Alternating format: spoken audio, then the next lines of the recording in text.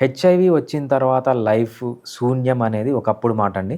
Okay. ఇప్పుడు వచ్చిన latest medicines గానీ, లేటెస్ట్ టెక్నాలజీ ద్వారా గానీ, ఒక హెచ్ఐవి లేని మనిషి హ్యాపీగా 100 సంవత్సరాలు హెల్తీగా ఎలా బతుకుతాడో, హెచ్ఐవి ఉన్న మనిషి గూడా మేల్ గానీ, ఫీమేల్ గానీ, ఏ ఏజ్‌లో గానీ హ్యాపీగా అన్ని రోజులే బతకచ్చు. ఎటువంటి డిఫరెన్స్ ఉండదు. హెచ్ఐవి ఉన్న వాళ్ళకి, లేని వాళ్ళకి డిఫరెన్స్ ఏంటంటే, హెచ్ఐవి లేని వాళ్ళు మెడిసిన్స్ తీసుకోరు. హెచ్ఐవి ఉన్న వాళ్ళు మెడిసిన్స్ తీసుకుంటారు. అంతే తప్పితే ఇప్పుడున్న లేటెస్ట్ టెక్నాలజీ, లేటెస్ట్ మెడిసిన్స్ ద్వారా హెచ్ఐవి ఉన్న పర్సన్ గూడా ఎంత హ్యాపీగా, హెచ్ఐవి లేని పర్సన్ ఎంత హ్యాపీగా ఎన్ని రోజులు బతుకుతాడో, హెచ్ఐవి ఉన్న పర్సన్ గూడా అన్నే రోజులు అంత హ్యాపీగానే బతకచ్చు. కాకపోతే మెడిసిన్స్ రెగ్యులర్‌గా వాడాలి. ఇప్పుడు వాళ్ళ మ్యారేజ్ లైఫ్ సార్? అంటే ఇప్పుడు ఆ అబ్బాయికి హెచ్ఐవి రైట్. వచ్చిందనుకోండి, ఒక పర్టిక్యులర్ పర్సన్‌కి. అంతకుముందే హెచ్ఐవి లేని అమ్మాయిని లవ్ చేసుంటాడు. రైట్. వాళ్ళిద్దరు పెళ్లి చేసుకోవచ్చా? ఏమవుతది? రైట్. ఇటువంటి కేసెస్ రెగ్యులర్‌గా వస్తాయండి మా క్లినిక్‌లో. ఓకే. సో, మెయిన్‌గా ఏం జరుగుతుందంటే పెళ్లి చూపులు జరుగుతాయి. పెళ్లి చూపులు జరిగిన తర్వాత పెళ్ళికి కొన్ని రోజులు గ్యాప్ వస్తుంది. ఆ టైంలో లవ్‌లో ఉంటారు వీళ్ళు.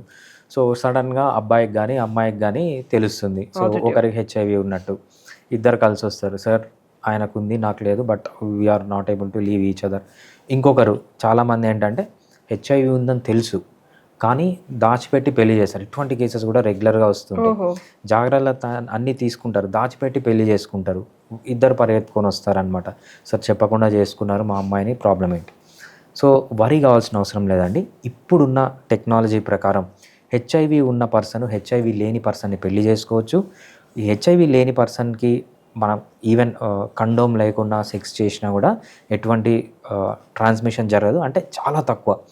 ఆల్మోస్ట్ 100% జరగదు అని చెప్పచ్చు. దీనికి మనం ఏమంటామంటే ప్రీ ఎక్స్‌పోజర్ ప్రొఫైలాక్సిస్ అంటామనమాట. ప్రీ ఎక్స్‌పోజర్ అంటే హెచ్ఐవి ఎక్స్‌పోజ్ అయ్యేకి ముందు తీసుకోవాల్సిన మెడిసిన్స్. ఆ మెడిసిన్స్ కన్నా రెగ్యులర్‌గా తీసుకుంటే, సో, ఫర్ ఎగ్జాంపుల్ ఒక అమ్మాయి, ఒక అబ్బాయి ఉన్నారు.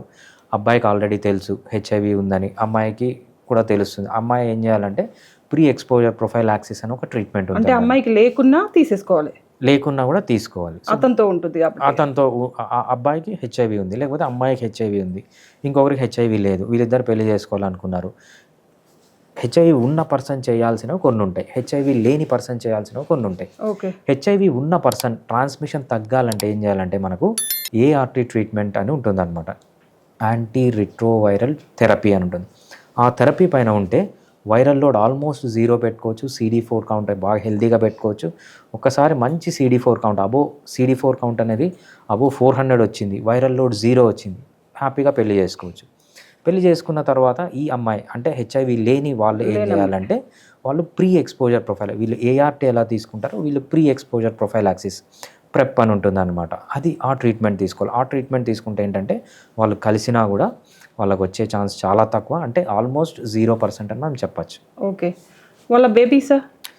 నెక్స్ట్ జనరేషన్ ఒకవేళ కావాలి అనుకుంటారు వాళ్ళిద్దరు కలిసినప్పుడు. రైట్. నెక్స్ట్ బేబీ పరిస్థితి ఏంటి మరి? రైట్.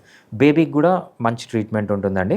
సో, హెచ్ఐవి ఉన్న పర్సను ఈవెన్ ఫాదర్‌కి హెచ్ఐవి ఉంది, మదర్‌కి హెచ్ఐవి ఉంది. అటువంటి వాళ్ళు కూడా హెచ్ఐవి ఫ్రీ బేబీని కనొచ్చు. సో, ఎటువంటి టైంలో కనాలంటే ఫర్ ఎగ్జాంపుల్ ఫాదర్‌కి, మదర్‌కి హెచ్ఐవి ఉంది. ఇద్దరు ఏఆర్టీ ట్రీట్మెంట్ పైన ఉండాలి. So, anti retroviral treatment. ఇద్దరు బ్లడ్ టెస్ట్ చేయించాలి. ఇద్దరికి వైరల్ లోడ్ 0 వచ్చింది. మదర్‌కి కూడా వైరల్ లోడ్ 0 వచ్చింది. అదేవిధంగా CD4 కౌంట్ హైలో ఉంది. మదర్‌కి కూడా CD4 కౌంట్ హైలో ఉంది. ఆ టైంలో వీళ్ళు బేబీని గనక ప్లాన్ చేస్తే బేబీకి కూడా వచ్చే ఛాన్స్ చాలా తక్కువ ఉంటుంది. మదర్‌కి ఉన్నా కూడా బేబీకి వచ్చే ఛాన్స్ చాలా తక్కువ. ఆల్మోస్ట్ 0 అని చెప్పొచ్చు అనమాట. కాకపోతే మదర్ కొన్ని జాగ్రత్తలు తీసుకోవాలి. ఫస్ట్ జాగ్రత్త ఏంటంటే ప్రెగ్నెన్సీ టైంలో కూడా మదర్ ఏఆర్టీ ట్రీట్మెంట్ పైన ఉండాలి.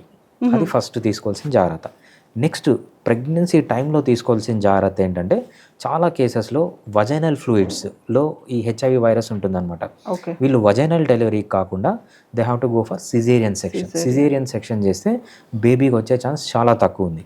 ఇది డ్యూరింగ్ ప్రెగ్నెన్సీ తర్వాత కొన్ని రోజులు ఏంటంటే బేబీకి కూడా ట్రీట్మెంట్ ఇవ్వాలి. సో, యాంటీ రిట్రోవైరల్ ట్రీట్మెంట్ లేకపోతే ప్రీ ఎక్స్‌పోజర్ ప్రొఫైలాక్సిస్, బేబీకి కూడా స్పెషలైజ్డ్ ట్రీట్మెంట్స్ ఉన్నాయి. ఆ ట్రీట్మెంట్ ఇవ్వాలి. ఆ ట్రీట్మెంట్తో పాటు ఇంకో ఇంపార్టెంట్ జాగ్రత్త మదర్ తీసుకోవాల్సింది ఏంటంటే బ్రెస్ట్ ఫీడింగ్ చేయకూడదు. బ్రెస్ట్ మిల్క్లో కూడా హెచ్ఐవి వైరస్ అనేది ఉంటుందన్నమాట. అందుకేంటంటే హెచ్ఐవి పాజిటివ్ ఉన్న మదర్ని బ్రెస్ట్ ఫీడింగ్ వద్దు, బాటిల్ ఫీడింగ్ ఇవ్వండి అని చెప్తారన్నమాట. ఈ జాగ్రత్తలన్నీ తీసుకుంటే సో హెచ్ఐవి ఉన్న పేరెంట్స్ కూడా హెచ్ఐవి లేని బేబీస్ పుడతారు, వాళ్ళు చాలా హెల్తీగా ఉంటారు. కాకపోతే ఈ జాగ్రత్తలన్నీ కంపల్సరీ తీసుకోవాలి. ఓకే, ఇప్పుడు హెచ్ఐవి ఉన్న వాళ్ళకి ట్రీట్మెంట్ గురించి చెప్పారు, ఏఆర్టీ అని. Right. ART full form and దాని గురించి పూర్తిగా వివరిస్తారా సార్? అంటే తెలియదు కదా చాలా మందికి. రైట్. సో ఏఆర్టీ అంటే యాంటీ రిట్రోవైరల్ థెరపీ అండి. ఈ యాంటీ రిట్రోవైరల్ థెరపీ అనేది ప్రతి ఒక్క కంట్రీ వాళ్ళ ఫ్రీ స్కీమ్ కింద, ఇండియాలో కూడా ఫ్రీ స్కీమ్ కిందే వస్తుంది. ఇవి set of drugs. So it is a combination of antiviral drugs. ఏదైతే మన హెచ్ఐవి వైరస్ ఉందో, హెచ్ఐవి వైరస్ అనేది ఒక సీక్వెన్స్ ఉంటుంది. ఫస్ట్ హ్యూమన్ బాడీలోకి వస్తుంది, హ్యూమన్ బాడీలోకి వచ్చిన తర్వాత ఆర్ఎన్ఏని డిఎన్ఏగా మారుస్తుంది. సో దాన్ని రివర్స్ ట్రాన్స్క్రిప్షన్ అంటారు. డిఎన్ఏ పోయి హ్యూమన్ డిఎన్ఏతో అతుక్కుంటుంది. ఆ హ్యూమన్ డిఎన్ఏ మళ్ళీ ఎక్స్ప్రెస్ అయినప్పుడు దాంట్లోంచి మళ్ళీ ఆర్ఎన్ఏ వచ్చి హెచ్ఐవిగా బయటకు వస్తుంది. సో డిఫరెంట్ స్టెప్స్ ఉంటాయన్నమాట. ఈ సెట్ ఆఫ్ మెడిసిన్స్ ఏం చేస్తా అంటే ఈ వైరస్ని ఒక్కొక్క స్టేజ్లో అరెస్ట్ చేస్తూ వస్తాయి. అరెస్ట్ చేస్తూ వచ్చినప్పుడు ఏంటంటే ఆ వైరల్ రెప్లికేషన్ అనేది ఆగిపోతుంది. ఈవెన్ దో హెచ్ఐవి వైరస్ ఉన్నా కూడా ఆ వైరల్ రెప్లికేషన్ అనేది ఆగిపోతుంది. మనం బ్లడ్లో అన్డిటెక్టబుల్ లెవెల్స్లోకి హెచ్ఐవిని తీసుకొని రావచ్చు అనమాట. బేసిక్గా ఇది ప్రతి ఒక్క గవర్నమెంట్, అంటే వరల్డ్ వైడ్ మొత్తం అన్ని గవర్నమెంట్స్ ప్రజలకు ఫ్రీగానే ఇస్తున్నాయి. ఈవెన్ మన ఆంధ్రప్రదేశ్ కానీ ఇండియా కానీ ప్రతి ఒక్కరికి దొరుకుతుంది. అంటే యాక్చువల్గా ఏంటి అంటే హెచ్ఐవి వచ్చిందని చెప్పి గవర్నమెంట్ నుంచి వాళ్ళు చెప్తే, అంటే గవర్నమెంట్ హాస్పిటల్లో రిజిస్ట్రేషన్ చేసుకుంటే ఈ ఏఆర్టీ ట్రీట్మెంట్ అనేది ఇంకా మెడిసిన్ కూడా ఫ్రీగా వచ్చేస్తుంది. రైట్. సో అక్కడ టెస్టులు కానీ, లేకపోతే మనం ఏదైతే వైరల్ లోడ్ అన్నాము, లేకపోతే CD4 కౌంట్ అన్నాము, ఈ టెస్టులన్నీ ఫ్రీగానే చేస్తారు. టెస్ట్లో పాజిటివ్ వస్తే ఈ మెడిసిన్స్ కూడా ఫ్రీగానే ఇస్తారనమాట. ఓకే సార్, చాలా వాల్యుబుల్ ఇన్ఫర్మేషన్ ఇచ్చారు.